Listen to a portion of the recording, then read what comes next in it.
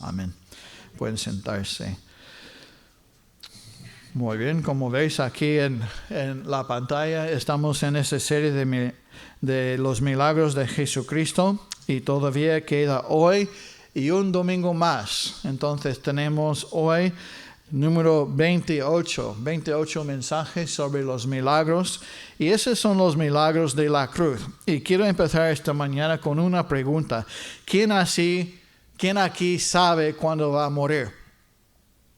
¿Quién aquí sabe cómo va a morir? ¿Quién aquí sabe con quién vas a morir?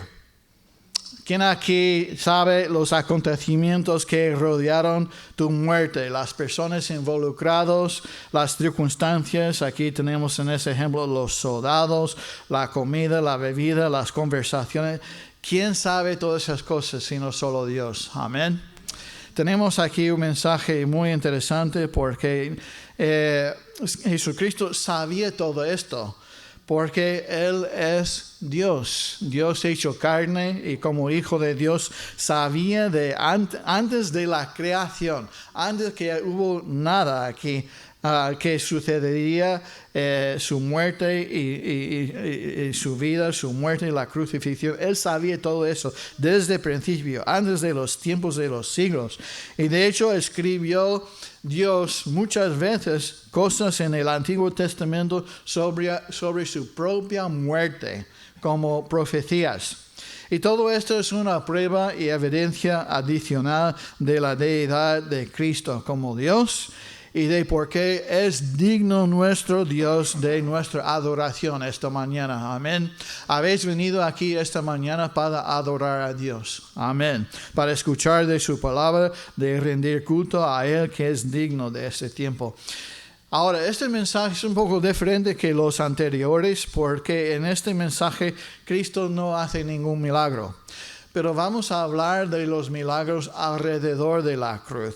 No realizó ningún milagro, pero hay una serie de milagros, cosas que pasan, cosas milagrosas que pasan durante este tiempo de la cruz. Y aunque se podría discutir que las señales milagrosas asociadas con el Calvario no son milagros realizados por Cristo, sí son eventos sobrenaturales, con un propósito específico causado por Dios. Amén. Entonces vamos a entrar en lo que es el antecedente de los milagros. Después de ser detenido en el huerto de Getsemaní, sabemos en el mensaje anterior, cantaron en himnos, salieron al huerto de Getsemaní, vino una turba, una multitud para detener a Jesús. ¿Qué hizo Pedro? Cortó la oreja de ¿quién? Se llama Malco. Entonces tenemos la curación en el último mensaje milagrosa de la oración cortada de Malco ahí en Lucas capítulo 22. Y Jesús es llevado después a través de una serie de juicios injustos en los que es condenado a ser crucificado aquí delante de Pilato, delante de Sanedrín, delante de los fariseos. Y la Biblia dice que el que justifica al impío y el que condena al justo, ambos son igualmente abominación a Jehová. Aquí tenemos el justo Jesucristo siendo condenado como un injusto. Aquí el justo fue condenado por los injustos. ¿Para qué? Para llevarnos a Dios. Eso lo dice claramente en 1 de Pedro. Mira ese versículo. Porque también Cristo padeció una sola vez por los pecados, el justo por los injustos. ¿Para qué? Para llevarnos a Dios, siendo a la verdad muerto en la carne, pero vivificado en el espíritu. Entonces tenemos el más justo, el único que nunca pecó, aquí siendo juzgado y condenado, azotado, escupido, burlado, mofándose de él, justo por los injustos, para ti y para mí. Amén. Para llevarnos a Dios. Él y los dos hombres que serán crucificados al mismo tiempo son conducidos al lugar que se llama aquí Gólgota, ahí en versículo 22. Y pues eso quiere decir lugar de la calavera, una montaña, un lugar donde parece como una calavera de un ser humano. Y una vez ahí los condenados eran desnudados y clavados en una cruz, mientras la multitud esperaba que murieran. Entonces, vamos a entrar en algunos de los elementos de los milagros. Los elementos, tenemos aquí muchas cosas. El milagro de las profecías cumplidas. Cientos de años antes de que Jesús viniera a la tierra, ya se había predicho con gran detalle cómo sería su crucifixión. Los eventos, muchas cosas. Vamos a ver algunos. Esos son lo que vamos a tratar esta mañana, son solamente algunas de las 300 profecías cumplidas por Jesucristo. Por ejemplo, tenemos la perforación de sus manos y sus pies. Eso fue visto como un cumplimiento de Salmo 22, 16, donde dice: pero perros me han rodeado, me han cercado cuadrilla de malignos, horroraron mis manos y mis pies. Ese es un salmo de David, Salmo 22, versículo 6, pero es un cumplimiento de esa profecía en Jesucristo. Vamos a ver más de esto. Primero, echó suerte sobre sus vestidos.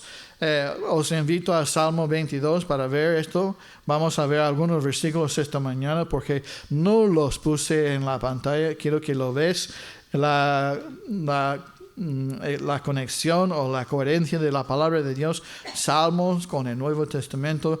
Quiero que veas la profecía y luego el cumplimiento. Entonces, Salmo 22 y luego también puede ser a Juan 19. Pero dice aquí en Salmo 22, 18, repartieron entre sí mis vestidos y sobre mi ropa echaron suertes. Pues aquí en Marcos hemos leído esto, pero también en Juan capítulo 19 da un poco más de detalle. En Juan capítulo 19, versículo 23. ¿Estáis conmigo? Amén. Estamos ahí, Juan 19, 23. Cuando los soldados hubieran crucificado a Jesús, tomaron sus vestidos e hicieron 4 partes, una para cada soldado. Tomaron también su túnica, la cual era sin costura, de un solo tejido de arriba abajo. Entonces dijeron entre sí: no lo partamos, sino echemos suertes sobre ella a ver de quién será. Esto fue para que se cumpliese la escritura que dice: repartieron entre sí mis vestidos y sobre mi ropa echaron suertes. ¿Dónde está ese versículo? Acabamos de leerlo en Salmo 22, versículo 18. Entonces, Salmo 22, 18, el apóstol Juan dice que todo eso del vestimiento de la túnica, los soldados echando suertes sobre la túnica, es cumplimiento de las Escrituras. También tenemos otra profecía cumplida. Le ofrecerán vinagre para beber. Vaya Salmo 69. Salmo 69. Entonces, busca en tu Biblia estos versículos, por favor, conmigo. Salmo 69, 21. Amén. ¿Estamos ahí? Entonces, hay que ser rápido, porque vamos a ver varios versículos esta mañana. Salmo 69, 21. ¿Qué dice? Me pusieron además hiel por comida y en mi sed me dieron a beber vinagre, casi dije sangre. Mi sed me dieron a beber vinagre. Y luego vamos a Juan otra vez. Estamos en Juan 28, 29. ¿Qué dice? Después de esto, sabiendo Jesús que ya todo estaba consumado, dijo, para que la escritura se cumpliese, ¿qué dice? Tengo sed. Y estaba ahí una vasija llena de vinagre. Entonces ellos empaparon en vinagre una esponja y poniéndola en un hisopo se le acercaron a la boca. Entonces, ese Salmo 69 es un salmo de David escrito 1000 años antes de Cristo, ¿vale? Aquí vemos la profecía, Dios sabiendo todo lo que va a pasar alrededor de esto. Es increíble. Y sabemos, y el apóstol Juan dice lo mismo, para que se cumpliese las Escrituras. Sabemos que este es un libro divino, amén, que Dios escribió esta palabra y hay muchas profecías cumplidas alrededor de la crucifixión de Cristo. Vamos a ver algunos más. Jesús morirá en compañía de criminales. Vamos a Isaías 53. Busque estos versículos conmigo, por favor. Isaías 53, ese famoso capítulo. Si puedes memorizar capítulo 53 de Isaías sería una bendición. Isaías 53, todo ese capítulo habla de Jesucristo. Versículo 12.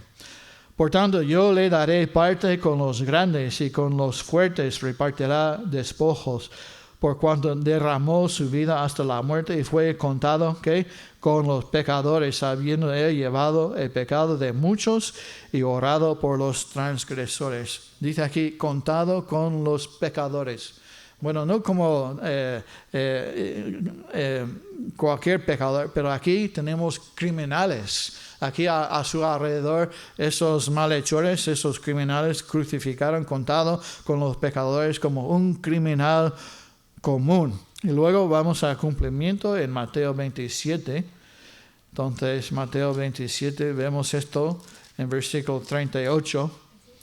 Mateo 27, 38. Entonces crucificaron con él a 2 ladrones, uno a la derecha y otro a la izquierda. Entonces, contado con los pecadores como un criminal común. ¿Quién puede arreglar y predecir esas cosas? ¿Cómo vas a morir las personas alrededor? Sino solo Dios. Amén. Vemos aquí otro, y ese es solamente algunos de los 300, que algunos eruditos dicen que hay como 300 profecías cumplidas en Jesucristo. Y estamos mirando solamente a algunos. Jesús sería sepultado con los ricos. ¿Estás en Isaías 53 todavía? Sí, muy bien, guarda un dedo ahí. Y versículo 9, y se dispuso con los impíos su sepultura, mas con los ricos fue en su muerte, aunque nunca hizo maldad ni hubo engaño en su boca. ¿Sabes que los judíos dicen que este capítulo está hablando de Israel, de los judíos? Que nunca hizo maldad ni hubo engaño en su boca. Este no está hablando de Israel. Este está hablando de Jesucristo. Amén. Esa es profecía. Todo ese capítulo habla de Cristo. Y vemos aquí que en versículo 4, Él llevó nuestras enfermedades, sufrió nuestros dolores, y nosotros le tuvimos por azotado, por herido de Dios y abatido. Mas Él herido fue por ¿qué? Nuestras rebeliones, molido por nuestros pecados. El castigo de nuestra paz fue sobre Él, y por su llaga fuimos nosotros curados. Y luego ese famoso versículo 6. Todos nosotros nos descarriamos como ovejas, cada cual se apartó por su camino, mas Jehová cargó en él. ¿Quién es él? Pues Jesús. El pecado de todos nosotros. Y pues hay que hacer muchos cambios y maniobras para cambiar esto, para hablar de Israel. Entonces está hablando de Jesucristo. Está hablando de Jesucristo que sería sepultado con los ricos. Mateo 27. ¿Estás ahí todavía? Mateo 27, 57. Dice, cuando llegó la noche, vino un hombre rico, sepultado con los ricos. Amén. Un hombre rico de Arimatea, llamado José, que también había sido discípulo de Jesús. Este fue a Pilato, pidió el cuerpo de Jesús. Entonces Pilato mandó que se le diese el cuerpo. Y tomando Jesús el cuerpo, lo envolvió en una sábana limpia y los puso en su sepulcro nuevo que había labrado en la peña. Y después de haber rodado una gran piedra a la entrada del sepulcro, se fue. Entonces, Susi y yo hemos visto esta tumba, lo que algunos creen que es la tumba en una peña cavado ahí al lado de un jardín de un hombre rico, un terreno de un hombre rico. Y José era rico de Arimatea. Y pues vemos aquí que en su sepultura fue sepultado con los ricos. Después de tu muerte, ¿quién sabe dónde vas a terminar, verdad? O en la carretera, o en el campo, o en el tumbo, en un ataúd. Pero Dios sabía, Jesucristo sabía en las Escrituras, en Isaías, que iba a ser sepultado con los ricos. Amén. Bien, seguimos. Número 5 aquí. Ninguno de sus huesos sería quebrado. Entonces vamos a Salmo 34. Ese es un libro divino escrito por Dios. Todas esas cosas, profecías. Y como dije al principio, nadie aquí puede controlar los eventos de su muerte, de cómo va a ser, quién va a ser, ahí el lugar, el tiempo, nada. Pero Dios sí lo sabía, todo. En Salmo 34, 20, dice, Él guarda todos sus huesos, ninguno de ellos serán quebrantados. Ni uno de ellos será quebrantado. Ahora, ese fue cumplido. Vamos a Juan 19. Es interesante ver el Antiguo Testamento y cómo el Nuevo Testamento van todos juntos, ¿verdad? No debe separarse porque es un todo. En Juan capítulo 19, 32, vinieron pues los soldados y quebraron las piernas al primero de los malhechores, de los ladrones, y asimismo al otro que había sido crucificado con él. ¿Por qué hicieron esto? ¿Habéis estudiado esto alguna vez? Quebraron las piernas para adelantar la muerte de esas personas, porque están ahí colgados y mueres de asfixia, ¿verdad?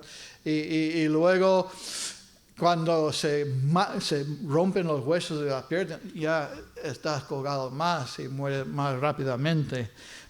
Mas cuando llegaron a Jesús, como le vieron ya muerto, no le quebraron las piernas. Ajá.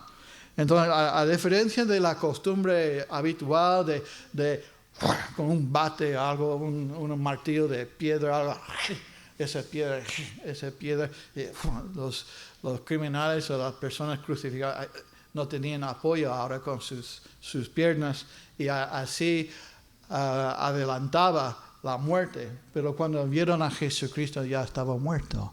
Entonces no quebró ningún hueso del Señor Jesucristo. Otra profecía. Pues vamos a seguir con algunos de los otros milagros, la oscuridad que cubre la tierra. Ahora vamos a Mateo 27. Mateo 27. Entonces, esas fueron profecías cumplidas, algunas alrededor de la crucifixión. Ahora vamos a ver algunos de los milagros. Algunos de los milagros, Mateo 27, 45. Y eso es interesante. Desde la hora sexta hubo tinieblas sobre toda la tierra hasta la hora novena. Entonces, cuando Jesús nació, vino una gran luz y los ángeles cantando, aleluya, amén. Ha venido el príncipe de paz, aleluya, paz a los hombres. Y pues el cielo nocturno de Belén se llenó de una luz sobrenatural y gloriosa. Eso lo vemos en Lucas capítulo 2. Y sin embargo, en su muerte vemos el opuesto. No hay una luz grande, sino en su muerte está acompañada su muerte de 3 horas de densa y aterradora oscuridad. Tinieblas. Jesucristo es crucificado a las 9 de la mañana. Sí, los que tienen reloj antiguo, a las 9. Y a mediodía empezó la oscuridad total. Y pues en ese momento había una oscuridad y tinieblas. No creo que este fue una tormenta de arena. Algunos dicen que este fue un eclipse del sol, pero ningún eclipse del sol dura 3 horas. Y solo fue una oscuridad sobrenatural. En este momento en la hora novena, dice el versículo 46, cerca de la hora novena, Jesús clamó a gran voz diciendo, Elí, Elí, lama sabactani, esto es, Dios mío, ¿por qué me has desamparado? Entonces está crucificado y a mediodía, a las 12, empieza esas 3 horas de oscuridad. Entonces, este es solamente un milagro que Dios puede hacer. Otro milagro Jesús despidió su espíritu. Estás en Mateo 27 todavía. Y pues en versículo 47, algunos de los que estaban ahí decían a oírle a Elías, llama este. Y al instante corrió uno de ellos, tomó una esponja y la empapó de vinagre y poniéndola en una caña le dio a beber. Pero otros decían, deja, veamos si viene Elías a librarle. Versículo 50, mas Jesús, habiendo otra vez clamado a gran voz, entregó el Espíritu. Ahora, yo digo que este es un milagro porque ninguno aquí tiene control de la vida y de la muerte. Amén, solo Dios. Y Dios, el Hijo, entregó su Espíritu en ese momento. En ese momento Él murió entregando su Espíritu como un acto de su voluntad.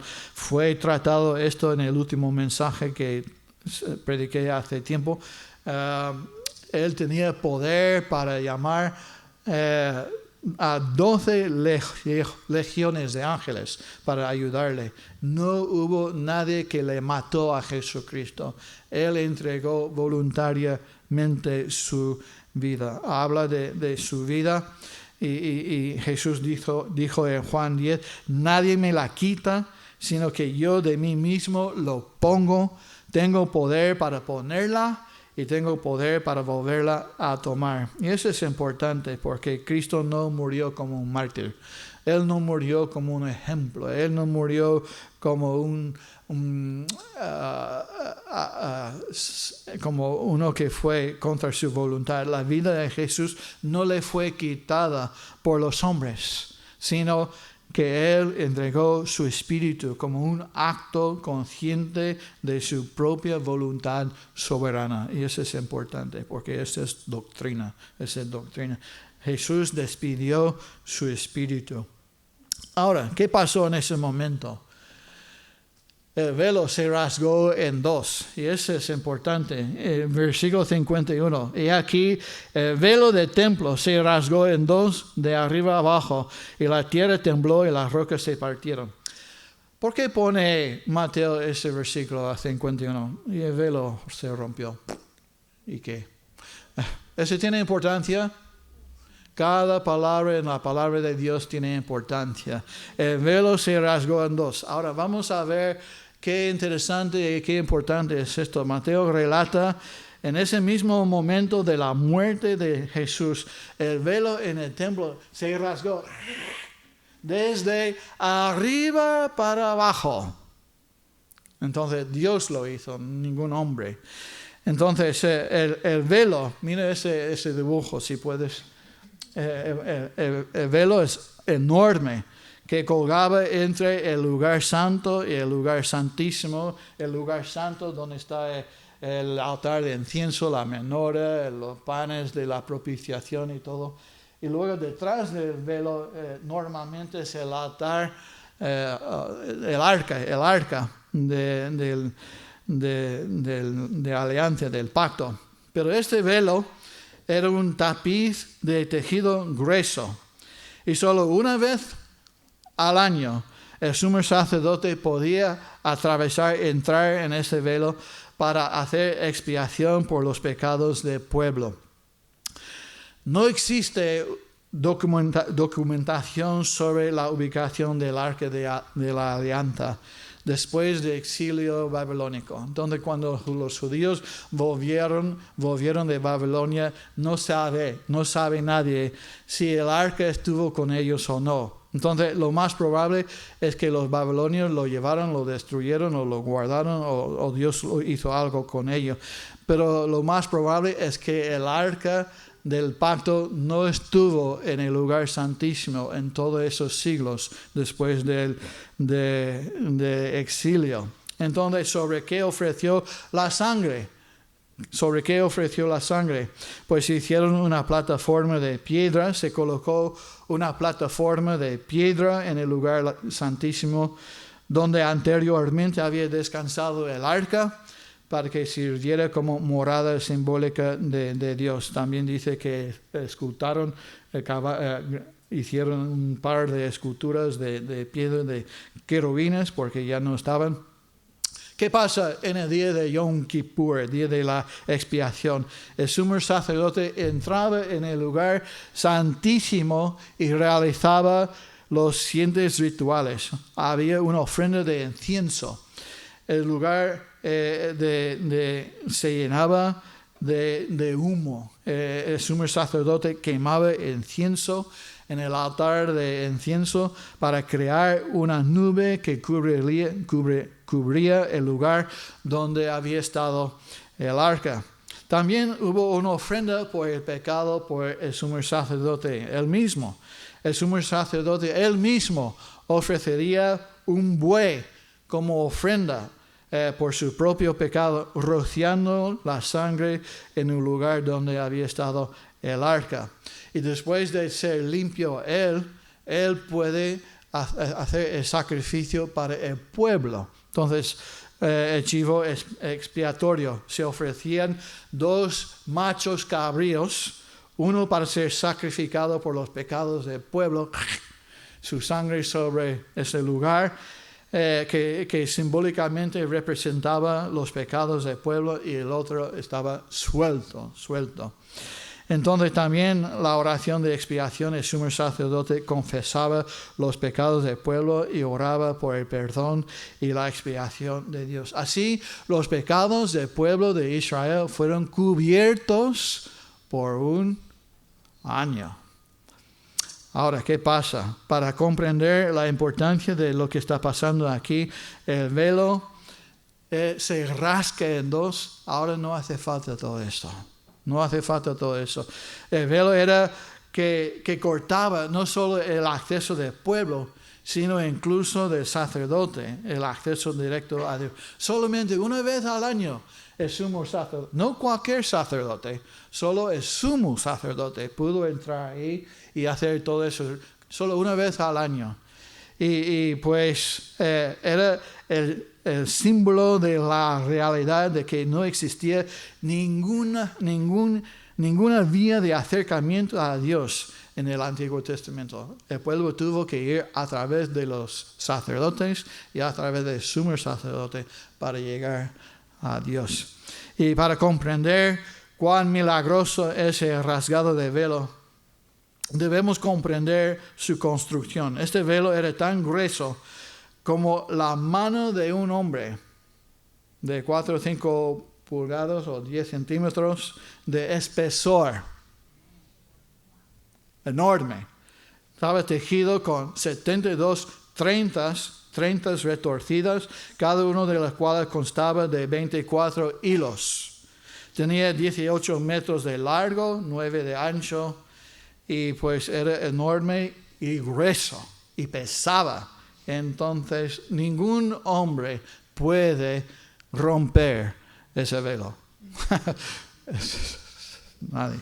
Y sin embargo, en el momento de la muerte de Jesús, el velo se rasgó de arriba para abajo, lo que significa, por supuesto, que fue rasgado por Dios y no por el hombre.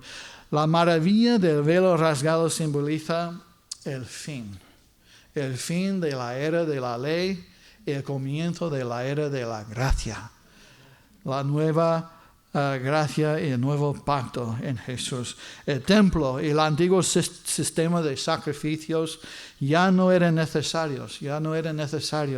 Cuando Cristo entregó su espíritu, el sacrificio único por el pecado se completó. No por un año, sino para siempre. Una vez para siempre. Ya no hacía falta más sacrificios. Dios dice, ya está. No hace falta más. Ya sois sacerdotes, pueblo adquirido por Dios, y podéis tener acceso directo al Señor. Y pues el sacrificio único por el pecado fue hecho y terminó. Y ya no existía la necesidad de ese velo, de esa separación. Se abrió un camino nuevo y vivo hacia la presencia de Dios a través de su Hijo. Hebreos lo dice claramente. En Hebreos 4:16, acerquémonos pues confiadamente al trono de la gracia para alcanzar misericordia y hallar gracia para el oportuno socorro. ¿Sabe que ningún judío del Antiguo Testamento pudo hacer esto? Ningún judío en el Antiguo Testamento pudo acercarse al trono de la gracia. Pero tú y yo sí podemos. En cualquier momento, en cualquier lugar. Hoy, ahora mismo, mañana. Entonces, tenemos ese acceso al Señor Jesucristo por medio de su sangre. Y por eso, déjame decir notas un poco diferentes. Por eso no somos cristianos mesiánicos, ¿vale? ¿Quiénes son los cristianos mesiánicos? Que ellos son los cristianos que creen en la Biblia, pero también quieren guardar la ley. Ellos quieren hacer bailes y danzas, guardar las fiestas de los judíos. Tengo algunos amigos en Cuba que me piden Biblias en hebreo. Ellos guardan las fiestas y tocan el shofar en sus cultos y cosas así para imitar o seguir con las leyes de los judíos. No hace falta. No hace falta esto ya. Ahora todo esto está pasado y tenemos acceso directamente. No tenemos que seguir la ley antigua. Este dramático desgarro del velo ocurrió cuando el templo estaba lleno de adoradores que celebraban el sacrificio de la Pascua. ¿Y qué pasó después? Lamentablemente los judíos restauraron el velo y reanudaron los sacrificios, ya que no tenían ninguna otra opción o oportunidad o significado, y continuaron haciéndolo hasta que el templo fue destruido en el año 70 después de Cristo por los romanos. Pero ese de que el velo del templo se rasgó en dos, hermanos, ese tiene mucho significado. ¿Qué más pasó? Otro milagro. Un terremoto sacudió la tierra. Estamos aquí en Mateo todavía. Aquí el velo del templo se rasgó en dos, de arriba abajo, y la tierra tembló y las rocas se partieron. Ese terremoto ocurrió en el instante del gran grito final de victoria de Cristo. Consumado es. Consumado es y rompió la tierra. Ojalá pudiéramos verlo. y murió Cristo y la tierra se quebró. Entonces ocurrió, la tierra tembló, las rocas se partieron. John MacArthur afirma en su comentario: cuando Dios sacudió la tierra con la muerte de su Hijo, le dio al mundo anticipo de lo que hará cuando un día sacuda la tierra en juicio antes de la venida del Rey de Reyes. Cuando el Señor vuelve otra vez, va a pasar lo mismo. Se va a romper el monte de los olivos y Jerusalén va a partir en dos y va a salir ahí un río de agua viva. Y todo eso está en la palabra de Dios para el milenio. Pero eso es increíble, que incluso la tierra respondió milagrosamente a la muerte del Señor Jesucristo. Otra cosa interesante, las tumbas abiertas. ¿Habéis fijado en esto alguna vez? En versículo 52, y se abrieron los sepulcros, y muchos cuerpos de santos que habían dormido se levantaron y saliendo de los sepulcros después de la resurrección de él, vinieron a la santa ciudad y aparecieron a muchos. ¿Quién nunca ha visto esto en su vida? ¿Habéis leído ese capítulo alguna vez? ¿Lo habéis fijado? ¿Sí? ¿Qué pasó aquí? Entonces, de todos los eventos milagrosos asociados con el Calvario, la muerte de Cristo, estos versículos son algunos más complicados para interpretar, de comprender definitivamente. Hay una interpretación. El milagro aquí es que los que salieron de los sepulcros rotos fueron resucitados de entre los muertos, ¿vale? Digan que muchos santos que habían dormido fueron resucitados. No todos lo fueron, solo algunos. No todos los santos salieron de las tumbas, eso es demasiado. Y estos eran representantes selectos de la multitud de santos enterrados en Jerusalén y en sus alrededores. Ahora, nota, de hecho, de que que los que resucitaron de entre los muertos no aparecieron en Jerusalén hasta después, que dice el versículo 53, saliendo de los sepulcros después de la resurrección de Cristo. No aparecieron en Jerusalén hasta después de la resurrección de Jesús. Ahora, ¿qué pasó entre viernes y domingo con esos muertos? No se especifica dónde estaban. No sé dónde están muertos por Belén o no dice dónde estaban esos santos resucitados en los días posteriores a que fueron liberados de la tumba y antes de que aparecieran en Jerusalén. Pero el hecho es de que esperaron hasta después de la resurrección de Cristo es importante para aparecerse en Jerusalén. Nos recuerda que Jesús es las primicias de la resurrección. Es el primero de resucitar de entre los muertos. No estamos hablando de Lázaro. No estamos hablando de Lázaro ni de los niños que fueron sanados, porque ellos volvieron a morir. Pero dice aquí en 1 Corintios 15, más ahora Cristo ha resucitado de los muertos, primicias de los que durmieron es hecho. Entonces, ¿cómo es que esa es una interpretación? Ahora vamos a ver otra interpretación a la que yo voy, lo creo yo. En que las tumbas fueron abiertas por el terremoto el viernes.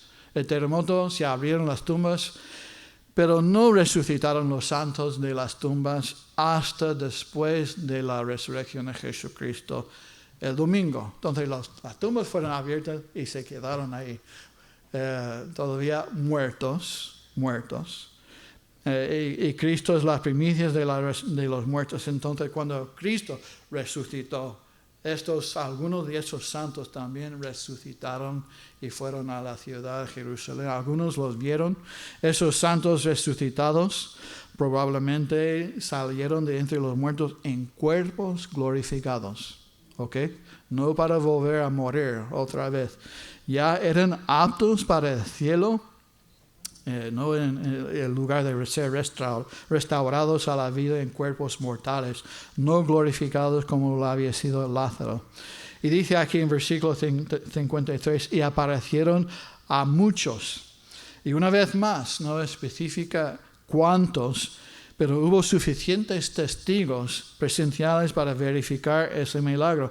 Oye, ¿habéis visto a algunos de esas personas resucitadas y andando y hablando? Y pues su aparición demostró que Cristo había vencido la muerte, no solo para sí mismo, sino para los santos, para ti y para mí. Un día todos los que están en los sepulcros oirán su voz y saldrán.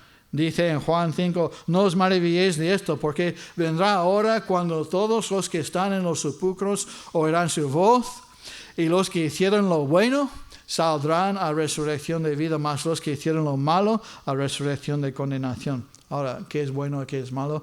Si has recibido a Cristo o no, no según tus obras. Entonces, parecería que después de un periodo no especificado, Dios los llevó para estar con Él en el cielo, esos santos, después de la resurrección de Jesucristo. Ahora, no hay mucha evidencia, no hay mucho para basar esto en las palabras de Dios, es solamente algunas interpretaciones. Ahora, para terminar el mensaje, ¿qué fue el efecto de los milagros? El centurión creyó, aquí en versículo 54, el centurión y los que estaban con él guardaron a Jesús, visto el terremoto y las cosas que habían sido hechas, temieron en gran manera y dijeron, verdaderamente este era Hijo de Dios. No se sorprende. Después de ver todas esas cosas, que es la reacción normal de una persona con sentido común. Entonces, con tantas cosas milagrosas alrededor de la muerte de este hombre, ahí en la cruz, el centurión romano y los que estuvieron con él, verdaderamente este era Hijo de Dios. El centurión probablemente fue el oficial al que se le encomendó la responsabilidad de supervisar las 3 crucifixiones aquí. Y al principio lo habría desconcertado la repentina oscuridad y luego el terremoto y el violento rompimiento de las rocas habrían agravado la situación. Eso fue una experiencia, imagínate, ponte en su piel. Es una experiencia aterradora. Incluso para los legionarios más experimentados de los romanos. Y cuando dice que temieron mucho, estamos hablando de soldados soldados acostumbrados a la muerte, a la guerra, y temieron mucho. El término temieron es fobeo. ¿Os suena fobeo? Fobio. Y es la palabra de la que tenemos esas fobias. Entonces se refiere a pánico absoluto que provoca taquicardia y sudor profuso. Y sin duda sintieron que estos fenómenos naturales tenían una causa sobrenatural. El relato en Marcos dice verdaderamente este era el Hijo de Dios.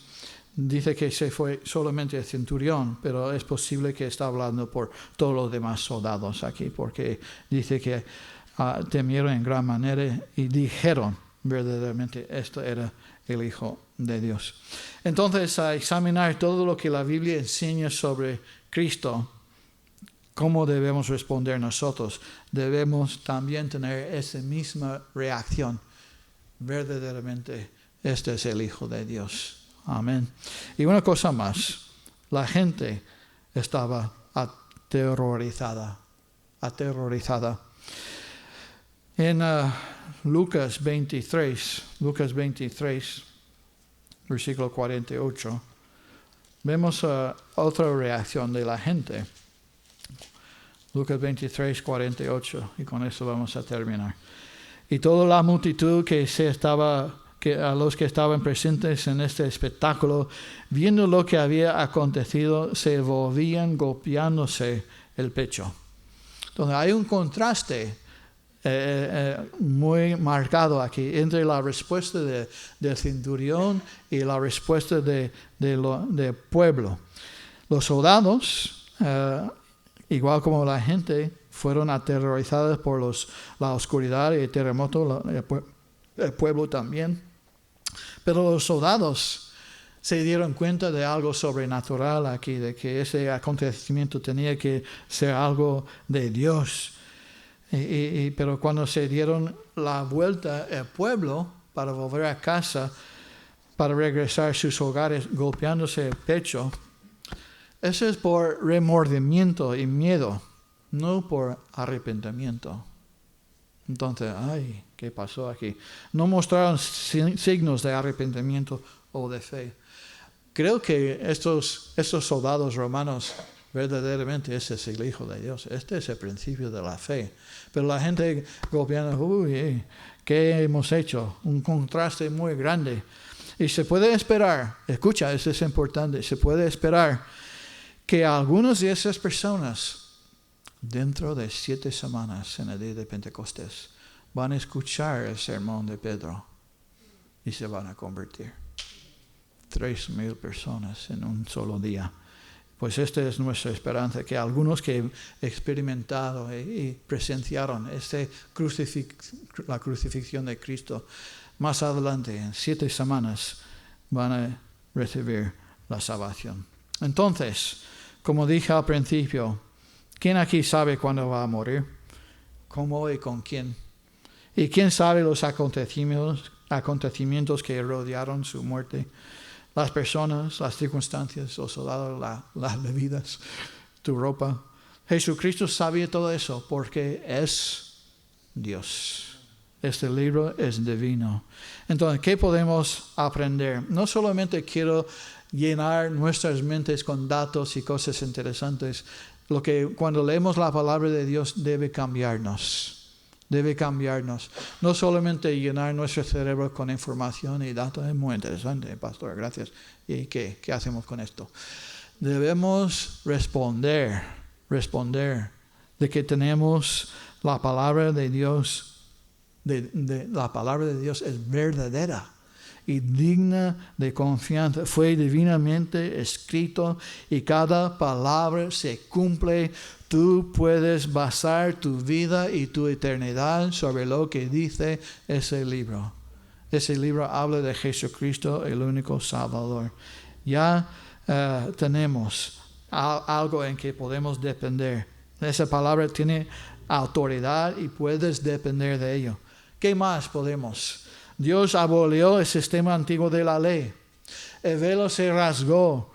Ya tenemos acceso tú y yo, hermano, a Dios a través de Jesucristo. La sangre derramada de Cristo en la cruz nos dio acceso. Ya no hay necesidad de sacerdotes, no hay necesidad de pastores, no hay necesidad de ritos, ceremonias para acercarse a Dios. Tú tienes acceso a Dios directamente por la sangre de Jesucristo en cualquier momento, en cualquier lugar, en cualquier y para siempre. Tú y yo podemos abrir nuestros corazones y hablar con el Señor de señores y Rey de reyes. ¿Y qué más? La resurrección. Esta vida no lo es todo. Hay más. La resurrección. La muerte no es el fin. Hay vida después de la muerte. ¿Cuántas veces tenemos que decir esto para que entre en nuestras mentes? Esta vida no es lo todo. Después de la muerte no es el fin. Hay una resurrección. Los que creen en Jesucristo a la vida. Los que no creen en Jesucristo a la muerte eterna. Y somos hechos diferentes de toda la creación para vivir para siempre. Y hay dos destinos. Y pregúntate esta mañana, amigo mío, hermano, dos destinos. Y la diferencia es lo que tú haces con Jesucristo. ¿Tú recibes a Jesucristo o le rechazas y sigues tú como dueño de tu vida? Si te arrepientes, si estás de acuerdo con Dios en que eres un pecador y mereces el infierno. Mereces el infierno. Todos merecemos el infierno. Pero pones tu fe y tu confianza en la obra consumada de Cristo ahí en la cruz. Puedes tener vida eterna, salvación. Pero si rechazas esta gran obra de amor y redención, permaneces en tus pecados. La obra de Cristo en la cruz no fue para ti.